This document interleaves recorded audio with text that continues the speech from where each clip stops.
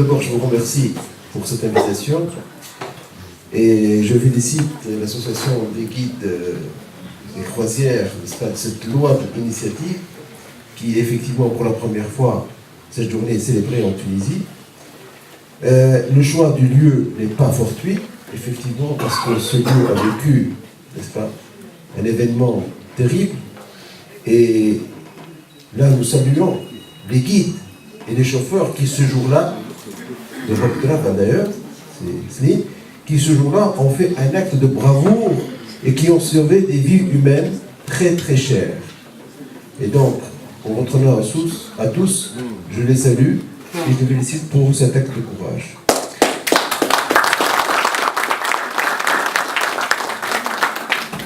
Ce que je voudrais dire tout d'abord, c'est que le métier de guide est un métier. Il ne s'improvise pas. Ça s'apprend. Et il faut une culture, il faut un niveau supérieur. C'est un métier noble. Le guide, déjà par son caractère, c'est un homme qui doit être ouvert, chaleureux, disponible, dynamique. C'est un homme passionné. Il doit connaître sur les bouts des doigts les lieux qu'il fait visiter. C'est un homme de culture. C'est un homme de savoir. C'est un homme qui transmet le savoir.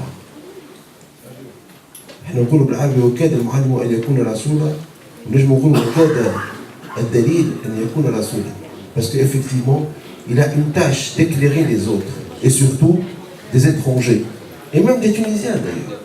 Le guide n'est pas fait uniquement pour les étrangers, parce que même les Tunisiens souvent ne connaissent pas bien leur pays, du moins leur histoire. Le guide, il partage, n'est-ce pas, ses connaissances et son amour de voyage. C'est pour ça que, humainement, il doit être prédisposé pour ça. Le guide, c'est aussi un diplomate. Il doit savoir parler aux gens. Il doit savoir les convaincre. Il doit savoir transmettre son message. C'est un diplomate, mais quand on dit diplomate, c'est un ambassadeur. Effectivement, le guide est l'ambassadeur de son pays sur place, puisque souvent, ses clients ou ses invités sont des étrangers. Donc il a un message, et c'est à travers lui que l'étranger va connaître la Tunisie. Donc c'est un rôle crucial dans la consolidation et l'excellence, de la consolidation de l'excellence de l'image de la Tunisie. Le guide joue un rôle très important, n'est-ce pas, pour véhiculer l'image de la Tunisie, sa notoriété. Vous savez, les touristes souvent croient deux personnes, le chauffeur de taxi et le guide, n'est-ce pas? En plus, le guide, au bout d'une excursion, d'un circuit, il devient l'ami, voire même le confident, n'est-ce pas, du touriste. Et il peut savoir exactement ce qu'ils ont aimé dans le pays, s'ils ont aimé le pays ou pas, et qu'est-ce qu'ils ont aimé dans le pays. Donc, c'est une source d'information, n'est-ce pas? Le guide, par le rôle qu'il joue, est un maillon fondamental. Un maillon fondamental dans la chaîne touristique, n'est-ce pas? Peut-être il est individuel, il ne représente pas une institution, il ne véhicule pas une institution, mais par ce qu'il dit, par les relations qu'il peut entretenir avec le client, il devient un maillon fondamental.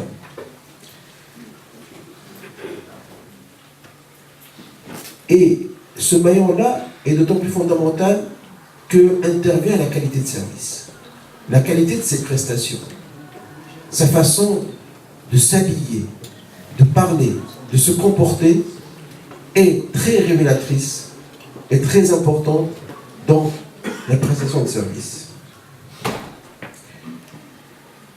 C'est très beau tout ça. Mais le guide, est-ce que c'est un métier stable?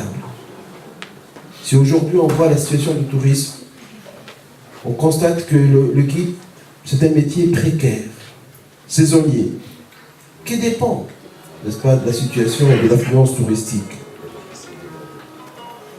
Et souvent, les perspectives, la situation et les perspectives de ce métier sont méconnues, voire marginales ou marginalisées. En fait, quelle est la carrière d'un guide touristique? S'il est indépendant, s'il travaille avec une agence de voyage, sa situation au niveau de la CNSS, n'est-ce pas, au niveau de la cotisation, au niveau des impôts, etc., il y a beaucoup de difficultés. Mais heureusement qu'il y a beaucoup de guides qui ont su évoluer dans leur carrière, qui ont pu se diversifier, soit en créant une agence de voyage, soit, n'est-ce pas, ou une agence de voyage de prestations touristiques d'ailleurs, soit en devenant un agent commercial, un cadre commercial, parce qu'il est tout à fait destiné pour ça. Soit tout carrément en rédigeant des livres et des guides. Donc, malgré cette précarité et cette saisonnalité, tout de même, il y a des opportunités de carrière, n'est-ce pas, importantes. Et c'est très important, est-ce qu'on peut faire carrière dans le métier de guide? Mais aussi, c'est un métier qui est souvent incompris. Le guide est taxé de beaucoup de choses, n'est-ce pas? Business, abus ou manquement de confiance, la déontologie. Il n'y a pas de code d'éthique, de déontologie que les guides, n'est-ce pas, doivent respecter. Les guides aussi sont victimes, je dirais, de ce manque-là, de cette incompréhension. Et je dirais que, de mémoire, c'est vrai que les guides ont commencé déjà à s'organiser dans les années 70. Il y avait l'ATCAT, l'association tunisienne des guides agréés de tourisme. Et je voudrais saluer ici un des pionniers qui a fait beaucoup, Mohamed Tahar Ben Jbara.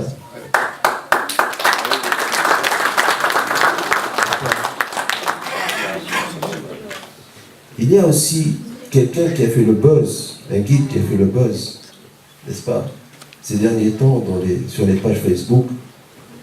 Excusez-moi, j'ai oublié son nom, mais malheureusement, il se trouve maintenant dans l'hospice des vieillards à Manoub. Oui. Il est là. On l'a invité, il est là. Hein. Il est là. Il est là. Eh bien, je le salue. On a honoré. C'est un grand monsieur.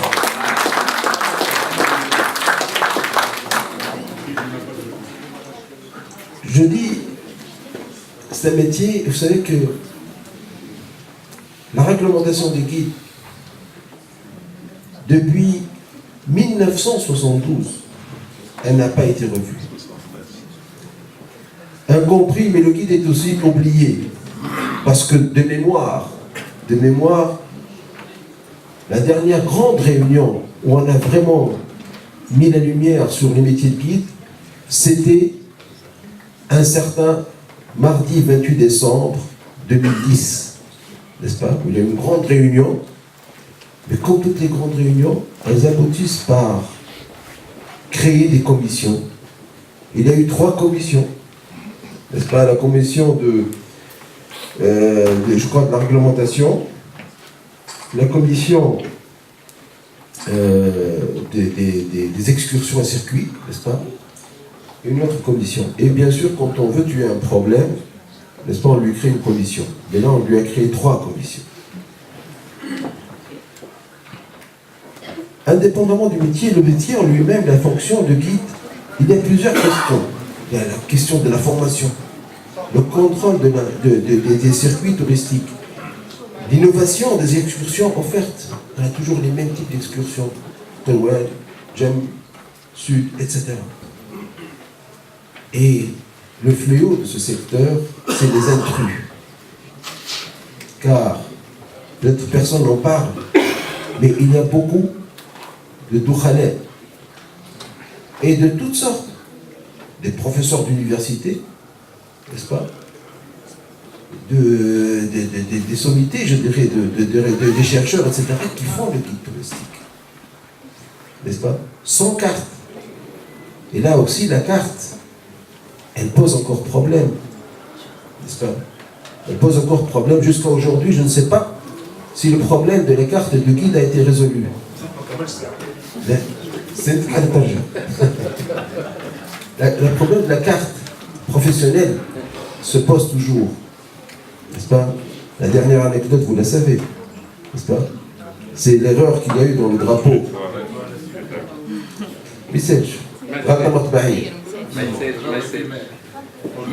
Donc, aujourd'hui, l'avenir est devant nous. Il y a une reprise dans le secteur. Il y a une reprise du tourisme. Et quand il y a reprise, il y a un nouveau espoir pour le métier de guide. Mais il faudra, je dirais, dépoussiérer la loi, n'est-ce pas? Vous revoir la réglementation, la formation, le recyclage des guides. Et tout ça, autant de chantiers que je suis sûr que la Fédération des guides touristiques, n'est-ce pas? Et il y en a encore, je sais, je fais la guide des croisières, mais il y a encore la Fédération des guides indépendants. Je ne sais pas si elle existe ou pas encore. Et donc, en terminant, je termine cette intervention par vraiment un message d'espoir. D'espoir que nos jeunes reprennent confiance dans le métier de guide, que ce métier retrouve toutes ses lettres de noblesse. Et encore une fois, toutes mes félicitations pour la fédération et pour l'association.